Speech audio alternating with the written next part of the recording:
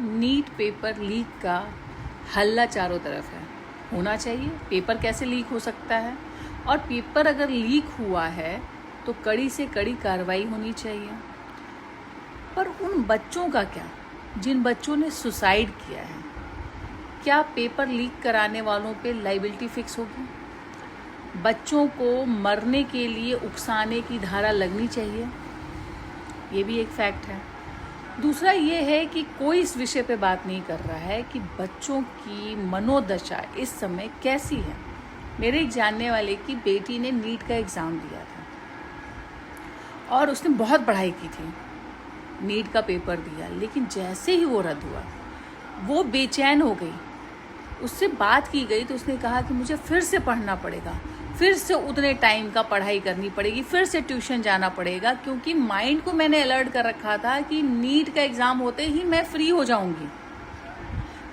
एक mind set होता है ना कि हम ये एग्ज़ाम करेंगे, ये पा जाएंगे, लेकिन यहाँ पे वो कैंसिल होते ही फिर से जीरो से शुरुआत करनी पड़ी। और जीरो से जब शुरुआत करनी पड़ती है तो मानसिक दबाव कितना ज़्यादा होता है।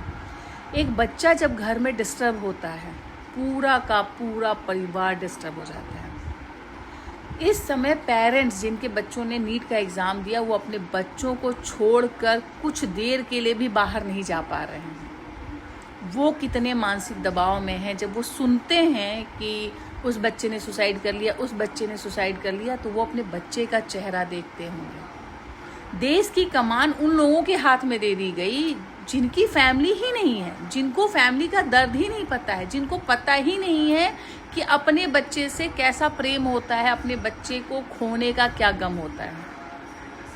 और वो इंसान बात मन की करता है और ऐसे ट्रीट करता है कि मैं सबका दर्द समझता हूँ। दर्द समझने वाला दर्द का निवारण करने की तरफ बढ़ता है। ये दुखी होते हैं तो घूमने चले जाते हैं, ये दुखी हो जाते हैं तो एंटरटेनमेंट करने बाहर फॉरेन घूमने निकल जाते हैं, दोस्त के पास चले जाते हैं। माई फ्रेंड, इनके तो बहुत सारे फ्रेंड्स हैं, अच्छी बात है, एक देश के पीएम के बहुत सारे फ्रेंड्स होने चाहिए।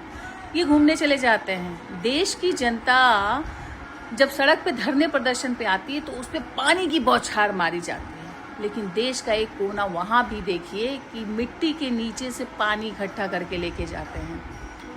कभी हमारे पीएम की इन सब चीज़ों पे निगाह ही नहीं पड़ती, तो पीएम किस बात के हैं, किस बात पे इनकी निगाह पड़ती है? कहाँ से हम पैसा निकाल सकते हैं, कहाँ से पैसा कलेक्ट कर सकते हैं, कौन सा